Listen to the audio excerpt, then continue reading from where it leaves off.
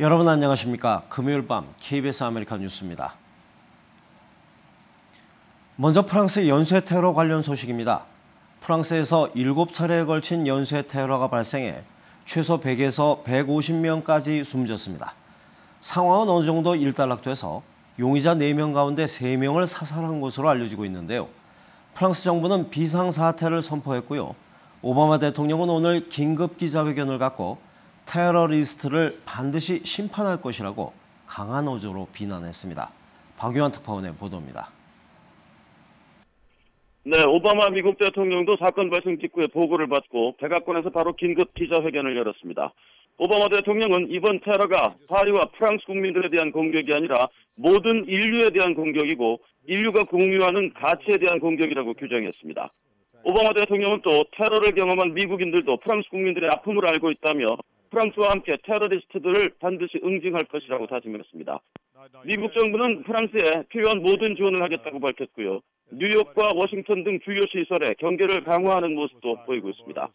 반기문 유엔 사무총장도 성명을 냈는데요. 극악무도한 테러 공격을 비난하고 이번 사태에 대처하는 데 있어 프랑스 정부 또 프랑스 국민과 함께하겠다는 뜻을 밝혔습니다.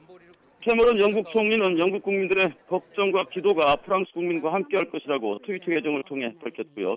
메르켈 독일 총리는 모든 파리인들과 아픔을 함께한다는 성명을 냈습니다. 유럽 각국은 지금 대테러 경계 태세를 강화하고 있습니다. 지금까지 워싱턴에서 전해드렸습니다. 프랑스의 연쇄 테러 관련 소식은 잠시 후 9시 뉴스 시간을 통해 뉴스 특보로 보다 자세한 소식 전해드리겠습니다. 다음 소식입니다.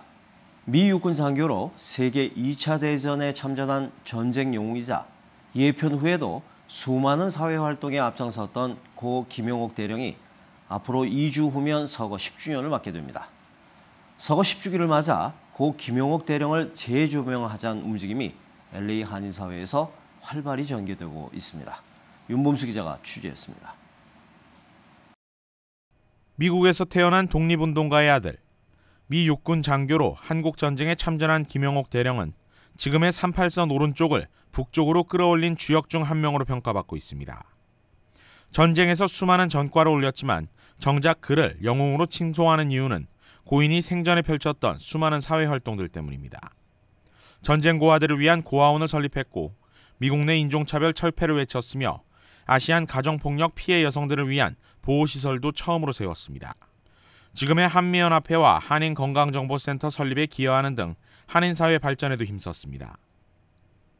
김용옥 대령 서거 이후 LA 통합교육부는 지난 2009년 고인의 이름을 따 김용옥 중학교를 설립했고 한인사회의 연구활동을 위한 김용옥 재미동포 연구소도 문을 열었습니다. 한국에서 초등학교 5학년 1학기 국어교과서에 김용옥 대령이 포함이 됐고요. 그래서 많은 분들이 어린아이들이 특히 알게 됐고 한국 군에 가서 많은 강의를 함으로써 많이 퍼졌다고 생각이 됩니다. 고인이 서거한 지 올해로 10년, 재미동포 연구소가 문을 연 지 5주년을 맞아 김용옥 대령을 새롭게 재조명하려는 노력이 일고 있습니다. 이번 기회에 고인을 명예훈장에 추서해야 한다는 목소리도 다시 커지고 있습니다. 지난 2000년 김용옥 대령이 지휘했던 일본계 미군 장병들을 비롯해 442 부대 장병 21명에게는 명예훈장이 추서된 바 있지만 정작 김용옥 대령은 은성훈장을 받았다는 이유로 최고 무공훈장인 명예훈장이 추서되지 못했습니다. 메달 오브 오너를 받지 못했다는 것은 그 레지멘트에 있는 100 버탈리온은 다 받았거든요. 일본 사람들은 받을 수 있도록 노력하는 게 우리 영옥센터에서 또 할 일 중에 하나입니다. 현재 김용옥 재미동포 연구소와 밝은미래재단 등 한인단체들은 고 김용옥 대령의 명예훈장 추서를 위한 캠페인을 계획하고 있습니다. 개인과 단체의 참여를 이끌어 한인사회 여론을 형성한 뒤 향후 미 보훈처에 정식으로 명예훈장 추서를 건의한다는 계획입니다. KBS 뉴스 윤범수입니다. 연방주택도시개발국이 정부 소유인 공공임대주택에서의 금연을 의무화하는 방안을 추진 중이라고 밝혔습니다. 이렇게 될 경우에 정부가 임대한 모든 주거용 건물이 해당되는데요. 전국적으로는 약 100만 가구에 이릅니다. 보도에 노소 기자입니다. 앞으로 공공임대주택에서는 흡연이 금지될 것으로 보입니다. 연방주택도시개발국은 정부 소유 공공임대주택에서 금연을 의무화하는 방안을 추진하고 있다고 밝혔습니다. 금연이 의무화되면 주거 공간을 비롯해 건물 25피트 반경에서는 일체 흡연이 금지됩니다. 주민들의 반응은 일단 긍정적입니다.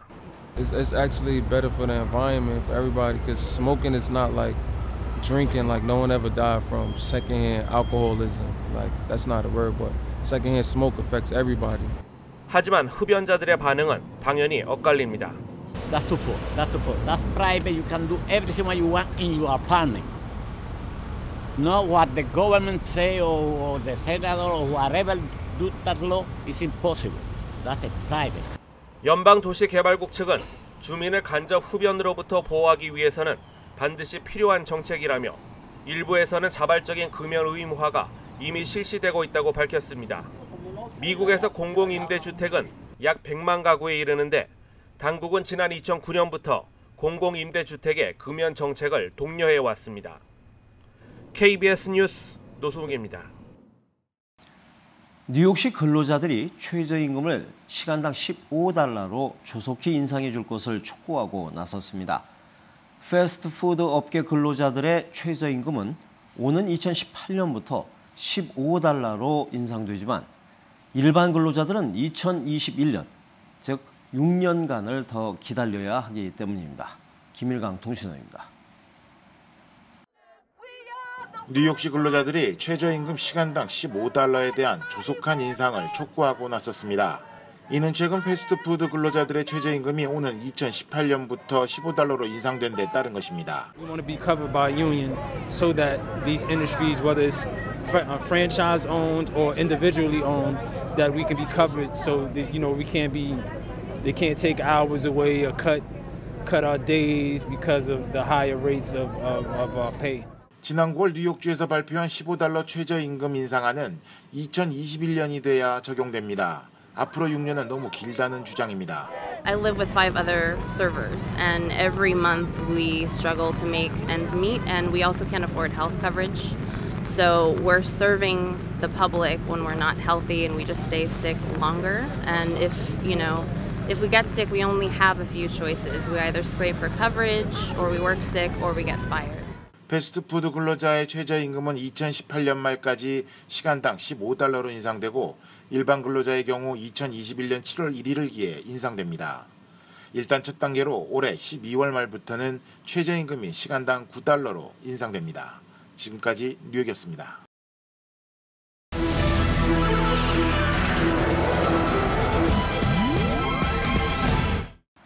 야간 운항 중인 여객기와 헬리콥터를 향해 레이저 포인터를 발사하는 사건이 LA와 뉴욕을 포함해 전국적으로 잇따라 발생하고 있습니다. 이틀 전 20여 건에 이어 어제도 3건이 연이어 발생했습니다. 김한주 특파원입니다. 눈을 찌를 듯한 초록색 광선이 어지러이 어둠을 휘젓고 있습니다. 로스앤젤레스 부근을 비행 중이던 지역 방송사 헬리콥터의 조종석을 겨냥하고 있습니다. Hit direct in my face, causing discomfort in my eyes and what we call flash blindness. It's similar to having flash bulbs go off in your eyes and you have little white spots in your vision.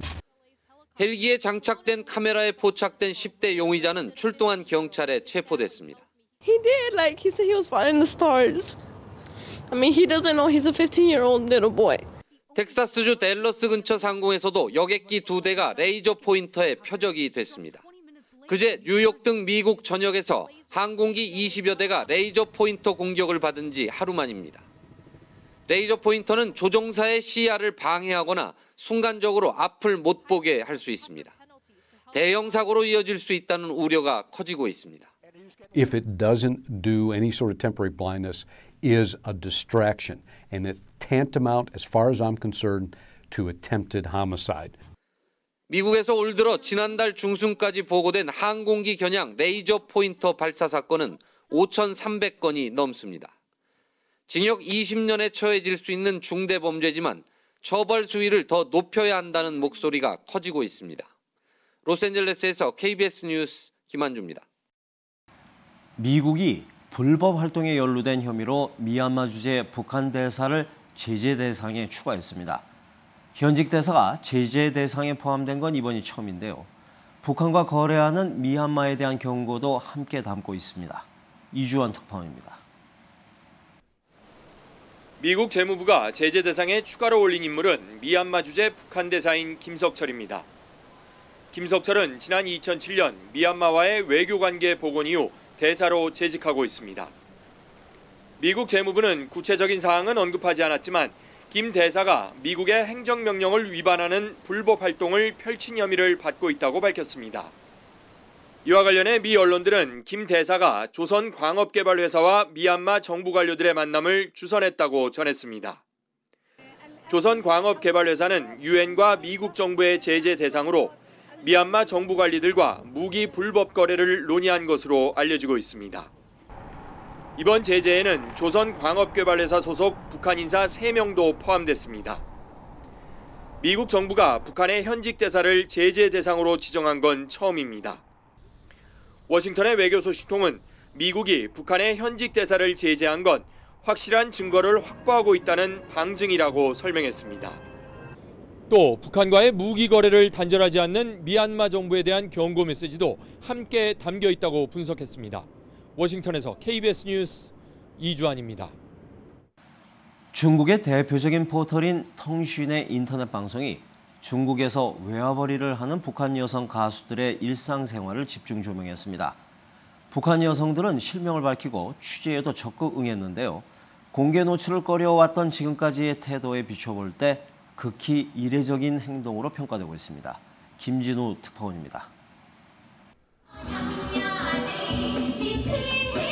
4명의 여성들이 중국 노래를 연습하고 있습니다. 중국 호텔에서 공연을 하며 외화벌이를 하고 있는 북한 여성들입니다. 중국 노래는 아직 서툰지 발음 교정도 받습니다.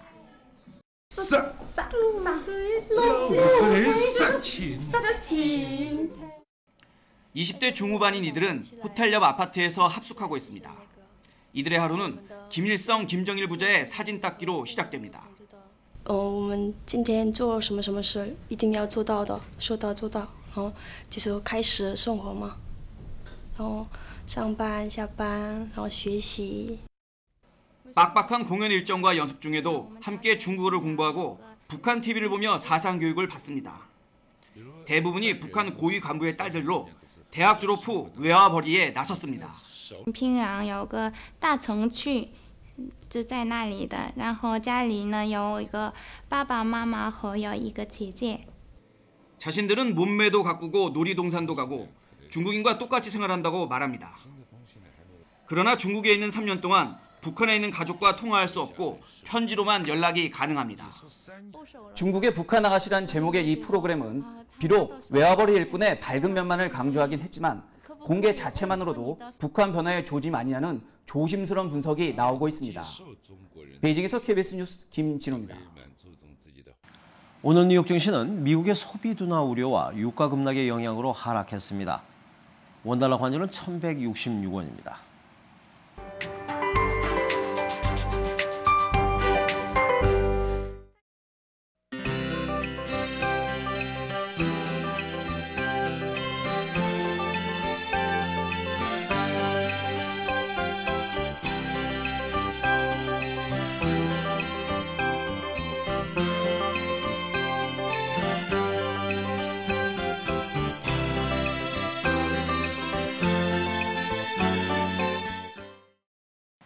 프랑스 연쇄 테러 관련 소식은 잠시 후 9시 뉴스 시간을 통해 뉴스 특보로 보다 자세한 소식 전해드립니다.